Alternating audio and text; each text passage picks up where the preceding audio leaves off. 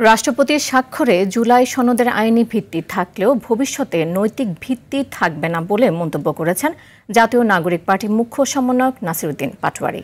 দুপুরে জাতীয় কৃষক শক্তির আয়োজনে জুলাই সনদ কৃষক বঞ্চনা ও ন্যায্যতার প্রশ্ন বিষয়ক অনুষ্ঠানে এই মন্তব্য করেন তিনি। গণভোট ও জাতীয় নির্বাচন একই দিনে করা নিয়ে জাতীয় নাগরিক পার্টির আপত্তি নেই, তবে ইসির সক্ষমতার কথা বিবেচনা করে বড় রাজনৈতিক দলগুলোকে আবারও আহ্বান জানান তিনি। এদিকে শেখ হাসিনার রায়ের দিন ঘোষণাকে বিচার বিভাগের ঐতিহাসিক মাইলফলক হিসেবে উল্লেখ করেন নাসিরউদ্দিন পাটোয়ারী।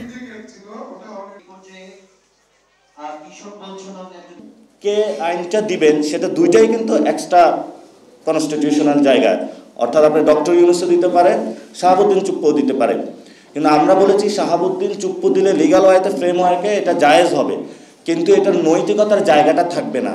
আর যখন আপনি কোনো আইন তৈরি করেন নৈতিকতার জায়গা না থাকে, তখন ওই আইনটা, ওই সংস্কারটা জনবিচ্ছিন্ন আইনে রূপান্তরিত হয়। অর্থাৎ আপনি আইন পাশ করবেন, কিন্তু যখন প্র্যাকটিক্যালি এটা ওয়ার্ক করতে যাবেন জনগণ তখন অ্যাকসেপ্ট করবে না।